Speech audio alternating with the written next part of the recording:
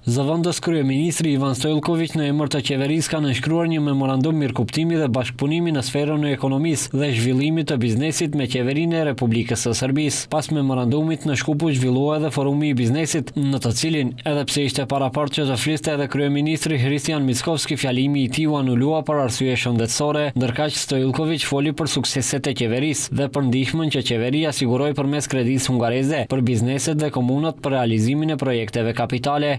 Bashkëpunimin me Serbinë e vlerësoi si të suksesshëm. Me Serbinë po krijojmë partneritet të bazuar në besim, interesa të përbashkëta dhe rezultate praktike. Ekonomitë tona janë të ndërlidhura, tregjet tona plotësohen mes vete. Kompanitë tona krijojnë standarde që rriten me çdo bashkëpunim. Së bashku krijojmë treg të gjerë me mbi 10 milion njerëz me perspektiva të fuqishme në industri, energjetik dhe gjithandej.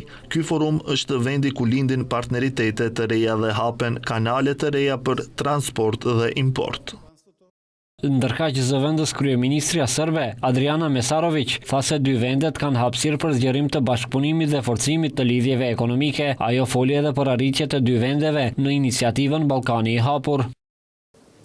Posljednjih godina imamo rast spoljnotrgovinske. Iniciativa Ballkani i hapur ka dhënë rezultate konkrete edhe për qytetarët, po edhe për kompanitë dhe ekonomitë. Forumi rajonal i ushqimit dhe venës i realizuar së fundmi në Serbi në kuadër të Ballkanit të hapur na tregoi edhe një herë rëndësinë e ekonomisë. Institucionet tona dhe kompanitë kanë vepruar bashkërisht dhe treguan se Ballkani mund të arrijë klasën botërore kur veprojnë bashkërisht.